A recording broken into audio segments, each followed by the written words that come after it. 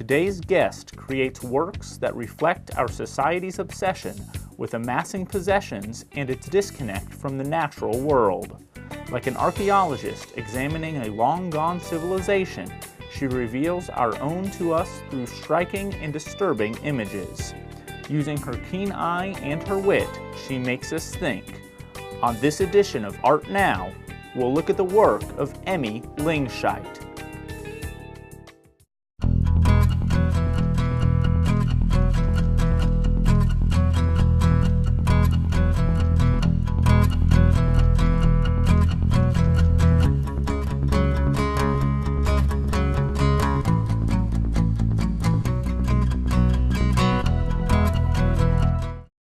Hi, welcome to Art Now, a program where we talk to artists whose work is part of our community. I'm Pat Sammann, and I'll be your host. Our guest today is Emmy Lingscheit. Originally from South Dakota, Emmy earned a BFA in painting from St. Cloud State University in Minnesota in 2004. In 2006, she was awarded a Jerome Emerging Printmakers residency at the High Point Center for Printmaking in Minneapolis, and in 2012, she was awarded an MFA in printmaking from the University of Tennessee in Knoxville. She presently is an assistant professor on the University of Illinois Art and Design faculty, where she heads up the printmaking area. Her work has been included in several national and international juried exhibitions and invitational exchange portfolios. Emmy, thanks for having us in your studio today. Thanks for having me. Great. I'm going to start with what led you to become an artist? I've been interested in art as far back as I can remember, really, and I think a lot of it may have had to do with the fact that my parents read to me and my sisters quite a bit. We were big every night. They would read us children's books like Maurice Sendak and Bill Peet. I remember a book I particularly loved called The Magical Drawings of Moody B. Finch, in which his drawings would come to life and cause interesting relations with the world around him. Yeah. And my sister and I did a lot of drawing just to entertain ourselves. My family, my parents are both nurses, but my mom quilts a lot, and my dad does very elaborate doodles, but only when he's on the phone talking to people. So I think there's some latent artistry in my family. And it also just seemed, growing up, I was interested in a lot of things. At one point, I wanted to be a wildlife photographer and a doctor, and I went through all those phases. And when it came sort of time to choose a career, in a way it felt like art was a way to do it all. Like you could investigate multiple topics and explore and recombine. So it was just... That's great. I just stuck with it. All right. Now you first majored in painting, but then you switched to printmaking. What was your motivation to make that switch? I think I had great teachers coming up through high school. We had a really strong arts program at that time, and when you went into art at that time in college, it seemed like painting was just what you did. So I went in with painting, really enjoyed it and pursued that a lot. And towards the end of my college experience, I had the opportunity to take 2 printmaking classes, and I really enjoyed that, got into it. But I resisted conversion to being a printmaking major at that time because I was so close to the end. But when I graduated, some friends and I moved to Minneapolis, and we were given a press that was not being used that belonged to our professor. So we had a little tabletop etching press, and I was able to do some printmaking at home and continue with what I had learned there and do some lino cuts and little mezzotint intaglio prints. And I kept involved with the art scene in the Twin Cities, and I applied for an emerging printmakers residency kind of on a whim, because why not? Sure. And I got it. And so I had this 9-month residency at the High Point Center for Printmaking in Minneapolis, and that was sort of the beginning of this great relationship with that organization.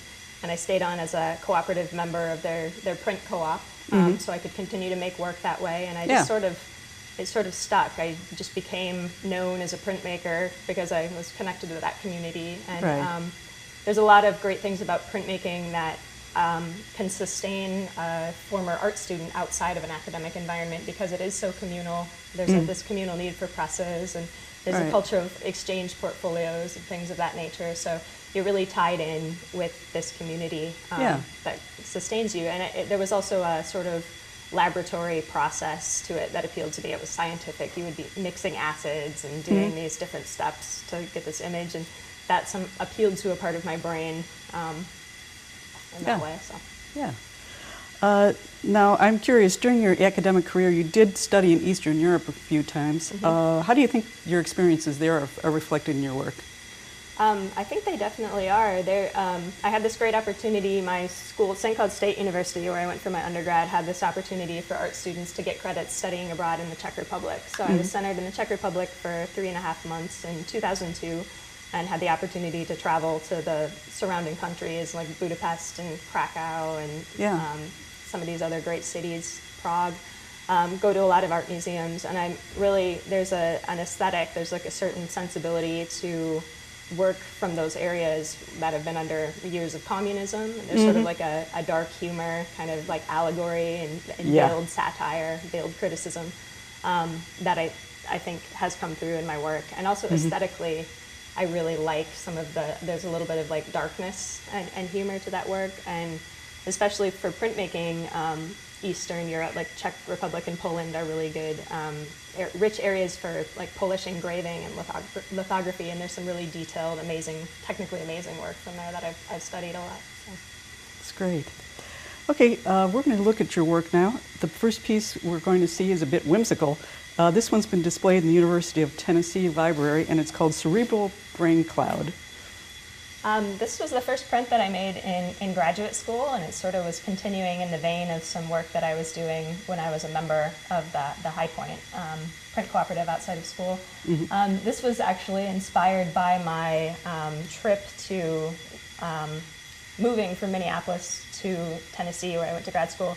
My car was sort of limping into the last stretch on its last legs and had to be gotten rid of shortly thereafter, put out of its misery. But it was during the Cash for Clunkers program was in the news quite a bit, and so this print became a little bit about the demise of my own car, but also kind of a critique and a comment on how difficult it is to address like slowing climate change and the complicated kind of reactions that even the best minds, these solutions are kind of flawed, because you're junking all these cars and putting new cars out on the road, and it's hard to find answers to problems that are accelerating so quickly. Right.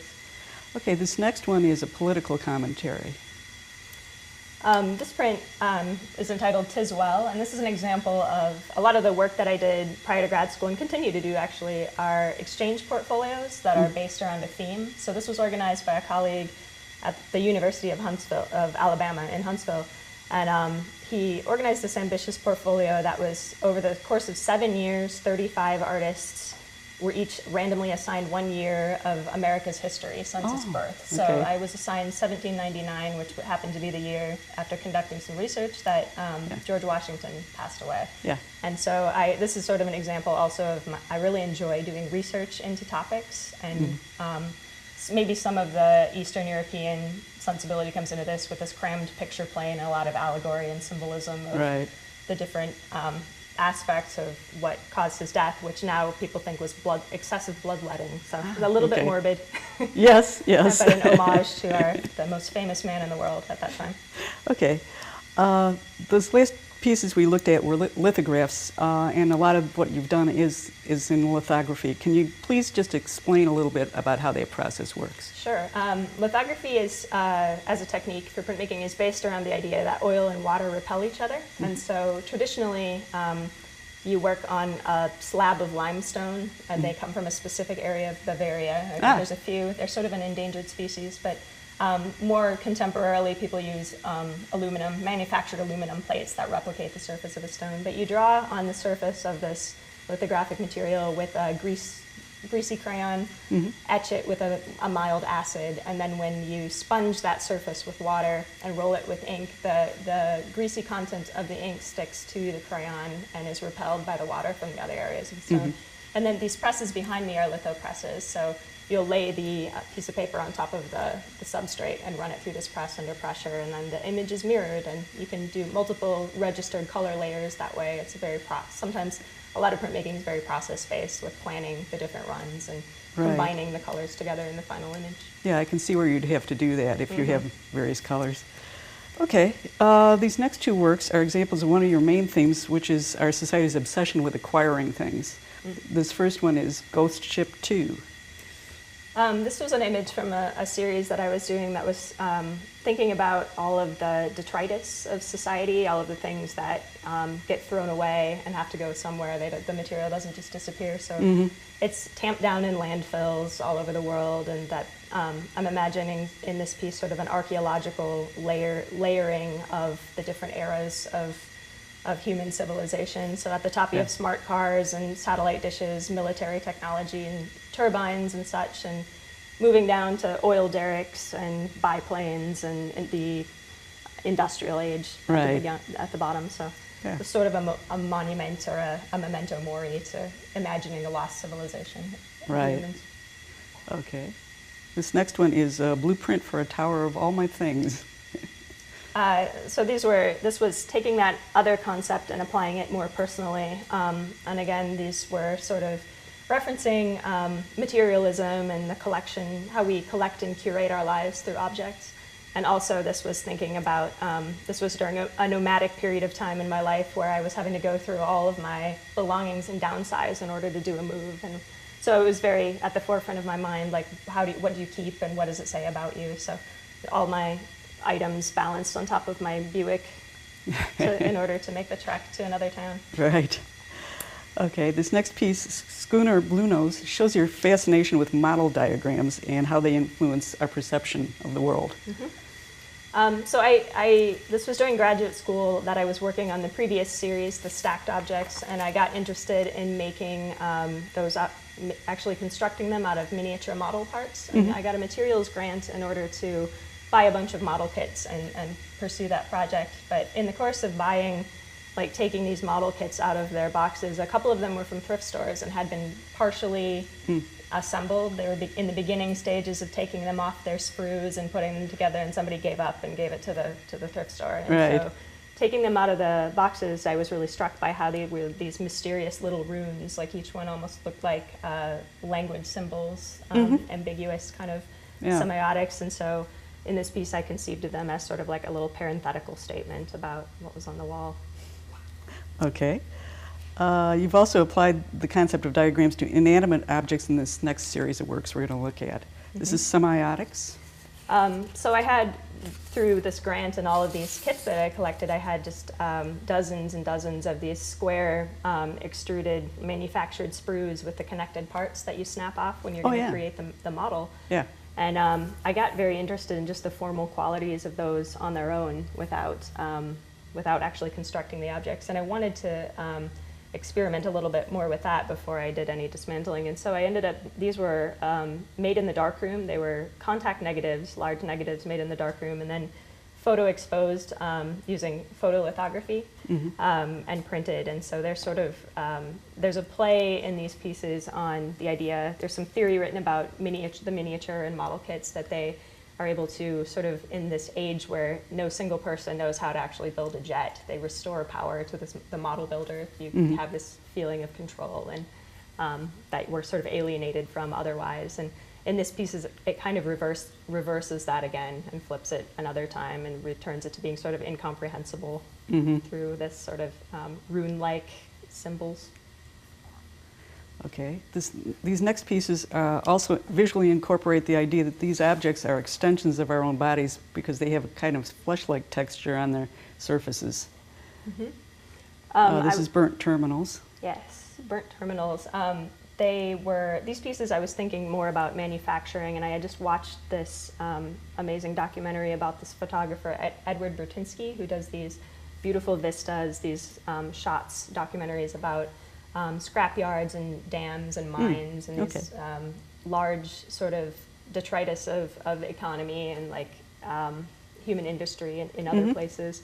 And there was a shot in the movie where it was this long tracking shot of a factory and people assembling component by component an appliance that at the end turned out to be an iron. And it reminded me of this book that I had I had gotten at a thrift store called Fix It Yourself. It was a Reader's Digest manual, and it was, you could repair toaster ovens and vacuum cleaners and 8-track players at the time with this. And I found it, the juxtaposition of those two ideas of this book, this very quaint idea that you would get out your book and painstakingly fix your iron instead of throwing it away is not something that's very likely to happen anymore because of the way the economy works. And things are kind of built to break and be replaced. And so with these pieces, this piece and the next piece, which I can skip to. And this is called Peace. Yes, peace. So these are sort of imagining these as appliances, as the extensions of ourselves that they briefly are before they're kind of thrown away and buried in landfills, and imagining them as sort of archaeological artifacts, and they're sort of fleshy and malignant to kind of reference a system that is kind of flawed and has a great deal of excess and used resources associated with it. Right. And here's another in the series called Sheared Keyway. Yep, this, so the previous image, burnt terminals and piece were respectively an iron and like a handgun, and this one was based on an exploded diagram of a chainsaw that is sort of made organic and flesh-like. And this piece is sort of referencing ecological disaster and sort of like human-caused chaos up on the natural world. And also these pieces, the titles were chosen from suggested problems to investigate in that manual, or the Fix It Yourself manual. So a sheared keyway could be the cause of your problems if your chainsaw was malfunctioning. Okay. In this next series, Animal Deconstruction, model diagrams are now kind of extended to encompass animals, reflecting how our society is disconnected from the natural world. Mm-hmm.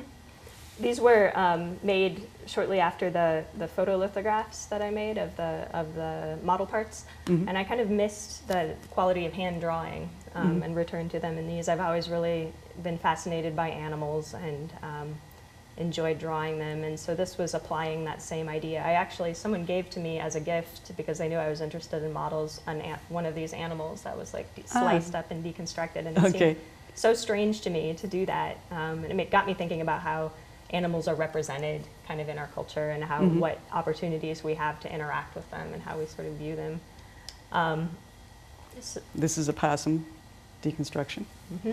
So these pieces are sort of imagining that they focus primarily on the nuisance species that you might encounter in suburban environments where our habitats are sort of encroaching and overlapping, and how they're not anything you necessarily want around, because they might eat your pets or eat your garden or knock your trash can over, but that when you actually come face to face with an animal like that, you still have a strangely kind of visceral reaction, because you don't so often encounter wild animals anymore outside of a zoo or something like that.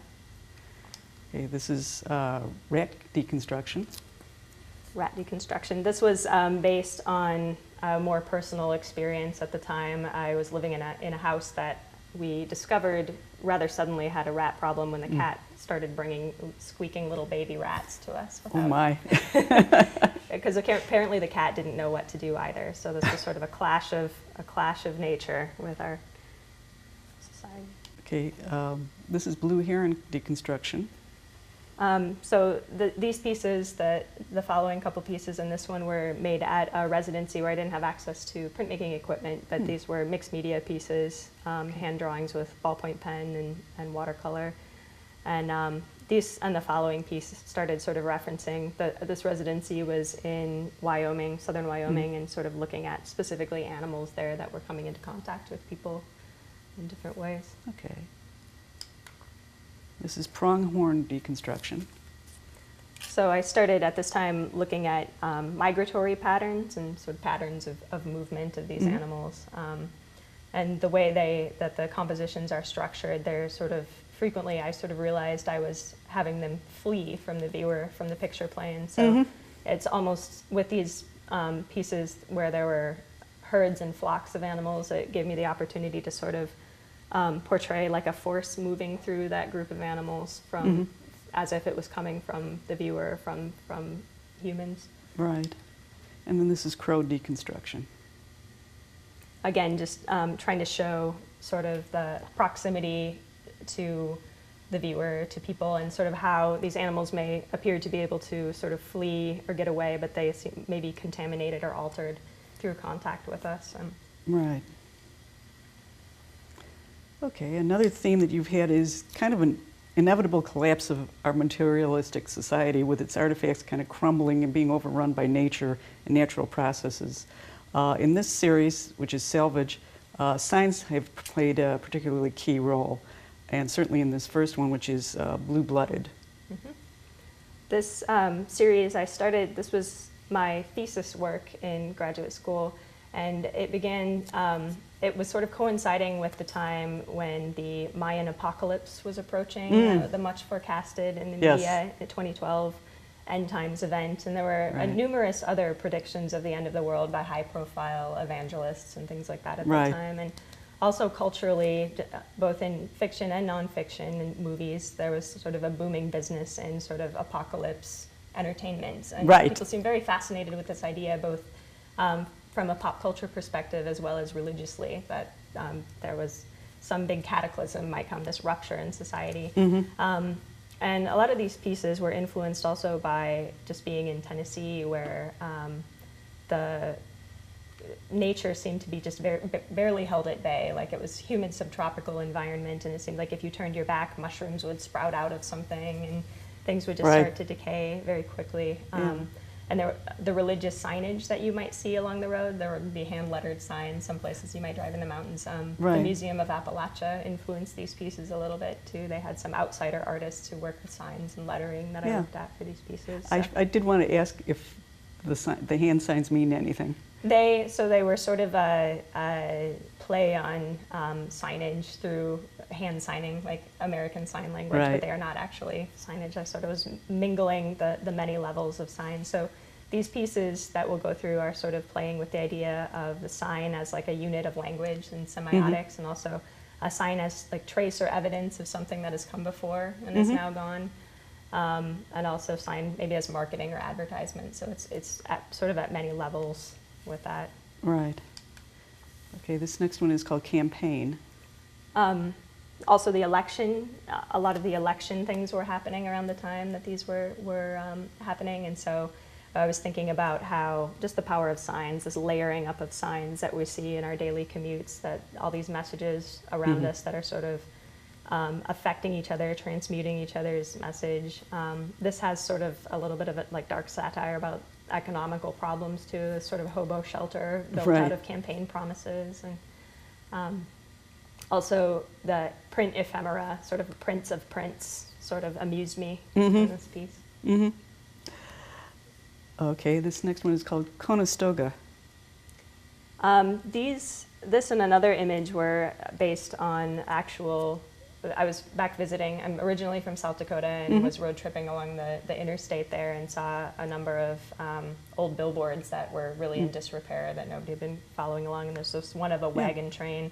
And I had recently been reading about the buffalo in recent history that were so numerous that they would actually hit trains, derail trains off the road. Many of these pieces are also really interested or inspired. A lot of my work historically in all genres has been really affected by reading, like what I've been reading.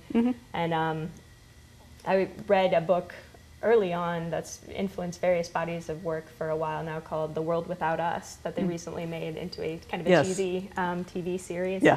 And because it's such in the popular imagination right now, this book posits a world in which people, for whatever reason, suddenly vanish, and how the world basically would fare in ecosystems in our absence. And on the whole, it was it's sort of a grim idea, and yet was very positive because there's a lot of evidence and expert consultations that suggest that without people, things would pretty quickly balance, and I imagine maybe the buffalo would come back. Right. Now, before we go on with this series, Conestoga was done using the intaglio process rather than lithography. Can you just briefly describe that process and the difference between the two? Certainly. So intaglio is frequently printed from metal plates, either steel. I think Conestoga was printed on steel or was etched into steel. But you take a plate, it's a flat metal plate, and apply an acid-resistant ground, which is usually composed of tar, beeswax, and solvents in various proportions. Let that acid resist dry, and then with a pointed metal tool, you can draw through that and expose lines of bare copper, and then it's placed in acid, and the acid will eat the lines into the plate. So in profile, the plate has grooves built down into it, and when it's inked, you push the ink down into the lines, and then wipe the high areas, the smooth areas of the plate clean, and those will print white, and then it's run through the press under pressure with blankets and so it's a lot of line work generally, but there is also other ways you can manipulate the plate with dry point methods like mezzotint and engraving with the burin, which is what currency, like money, continues to still be printed that way because it's hard to forge. It's hard to counterfeit. So. Right.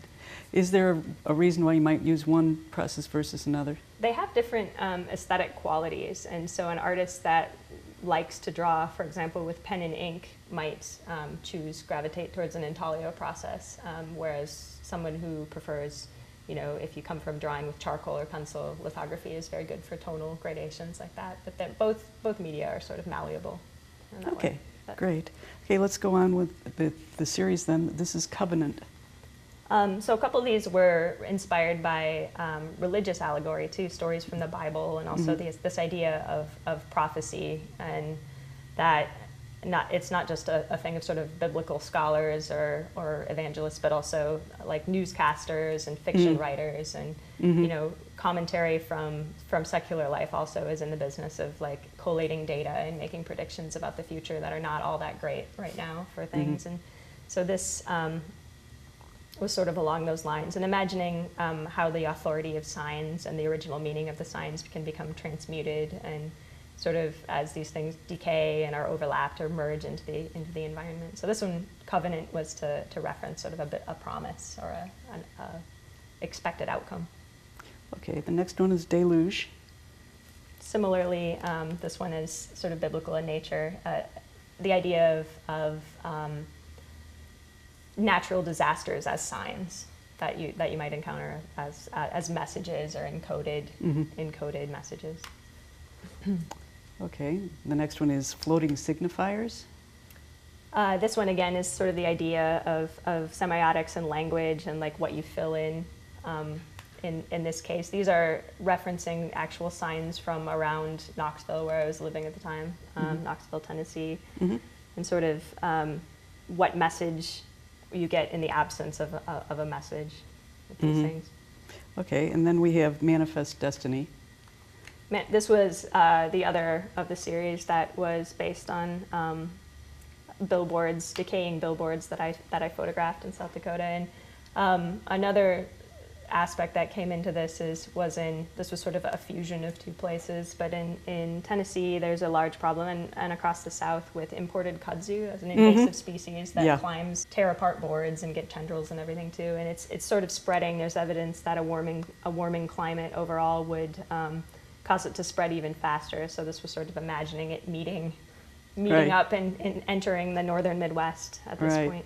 Okay, and then this last one is Interchange. I really like this one. Thanks.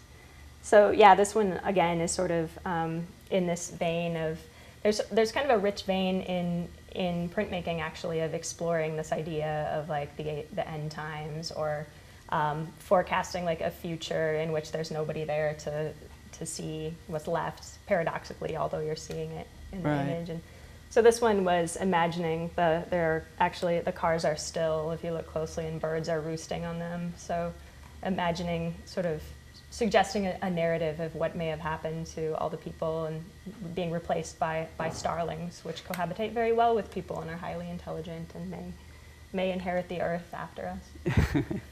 Okay, and then we've got a final piece here, and this is one you created just last year, and it's called Stationary Breakaway.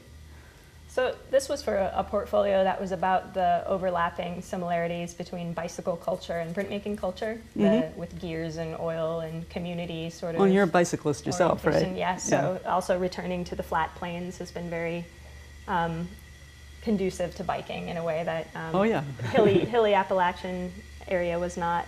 So this was sort of just humorous. This was an example of, I really still enjoy having, doing sort of one-offs of different topics that I may not be totally invested in otherwise. So this was a fun opportunity to do that and sort of comment on culture's obsession with fitness and competition and the strange relationship we have to sort of physical labor, I guess. Right.